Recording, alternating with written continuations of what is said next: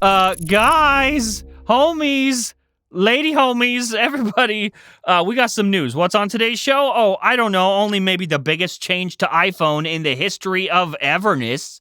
Welcome to the show. What if I told you that Apple is trying their Apple-y best to put a bezel-less iPhone into your hands? It's too late. I don't actually need your answer because it's happening. In this report from The Elec, who is typically pretty accurate, we have words that say Apple has been requesting something crazy from their display manufacturers, that LG and Samsung, quote, develop OLED that removes all iPhone front bezels. All right, okay, it's happening. The Elec's report explains that this is, difficult to say the least. In fact, the report says, quote, it's a technology that still needs time. In smart people nerd speak, it says, challenges to implement the bezel-less screen include thin film bag, TFE, what? And under-panel camera UPC technology. Product outer thin film bags should be thinner than they are now, and UPCs can be made so that they are not easily distinguished from the rest of the display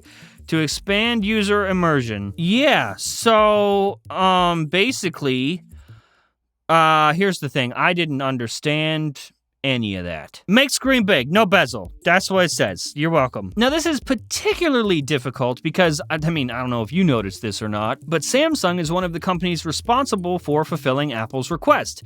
And Samsung has been using what they might refer to as bezel-less displays for a while now, but if you look at them, In reality, Samsung's current displays use curved edge displays with a sort of magnifying glass type effect, and this allows them to, fake a bezel-less experience. Kind of how they faked the pictures of the moon. The Elec's report further details just how difficult this is going to be. Without applying a curved display like this, it is said that in order to implement the bezel design that Apple wants, it is possible to bend all of the circuits currently in the bezel area under the display. At this time, we need to free up antenna space and solve the interference problem. Holy buttholes, Batman. This is going to be crazy. This is going to be huge when, or if, Apple can actually pull this off. But if and when they do that, why did we do that? I'm sorry, guys. Maybe I'm just an old man, but I don't get the race to bezel. Do you really want this? This person tweeted this, was like, look how amazing. Does it really look amazing, though? And if this happens, when this happens, listen, I'm not trying to count my Tims before they hatch, but I will put a little something on this debuting on, wait for it, an iPhone Ultra? Oh yeah, we're going full conspiracy mode on this one, fellas. I don't like them putting chemicals in the water that turn the friggin' frogs gay. If creating a truly bezel-less display is as difficult as it looks like it's going to be, then Apple is absolutely going to milk it for every bit of their courage here. And also, just the amount of work and production that's bending the circuits under the display. There's so much involved here, I wouldn't be shocked if it is iPhone Ultra, and it's a lot of money. You gotta pay a lot of money for this. Calling it now, iPhone Ultra, no bezels. And hey, if I'm wrong, I will, let's see. I promised a testicle before. Use that one, can't do that. I might shave something. I've never shaved off my eyebrows or anything before. That's never happened. I might do that if I'm wrong.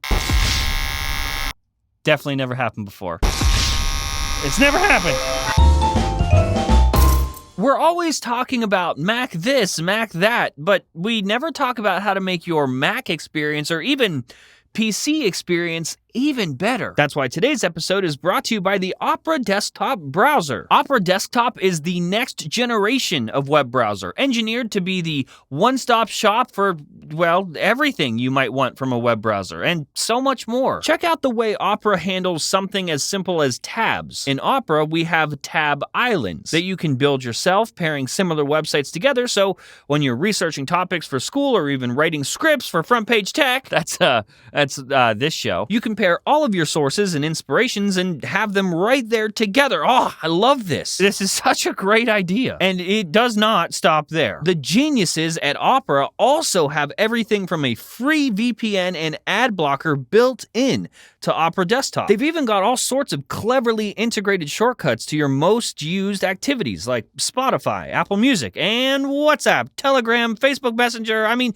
guys, it's just like all the things. Right there, at your fingertips. It's awesome. If somehow you're still not impressed, Opera Desktop also comes with an integrated browser AI called Aria that allows you to do everything from chatting to making specific requests. Honestly, Opera Desktop is an industry-leading web browser experience, but they are about to make entire operating systems obsolete if they keep this up. So if any of these features have your interest piqued, like they should be, check out the link in the description and download Opera Desktop today. And of course, Opera, I've been using you for years. Thank you so much for sponsoring this episode of Opera Tap.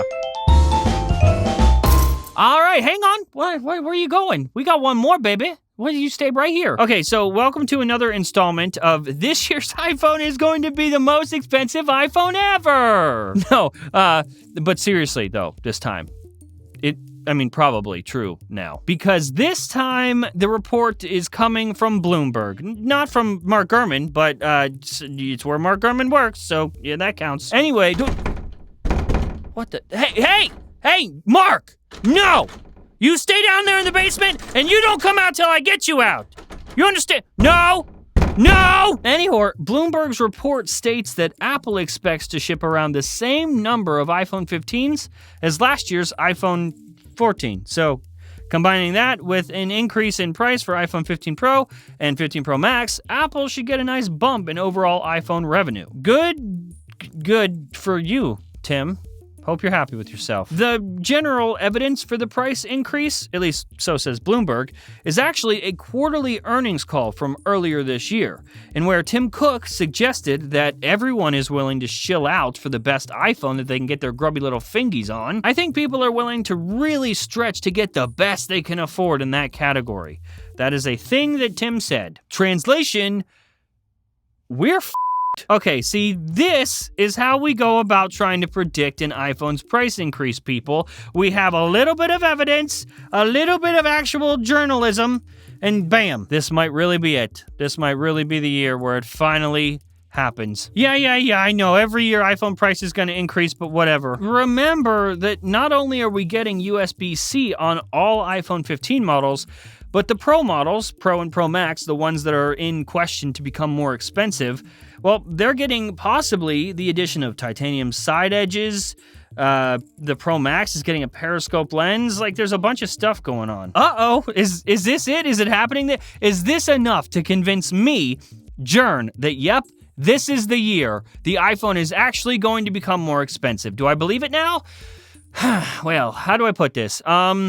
Usually, every year, when I hear that the iPhone is going to become more expensive, I usually just take it with a grain of salt. Kind of like when my dad would tell me, yeah, son, I'll be at your baseball game.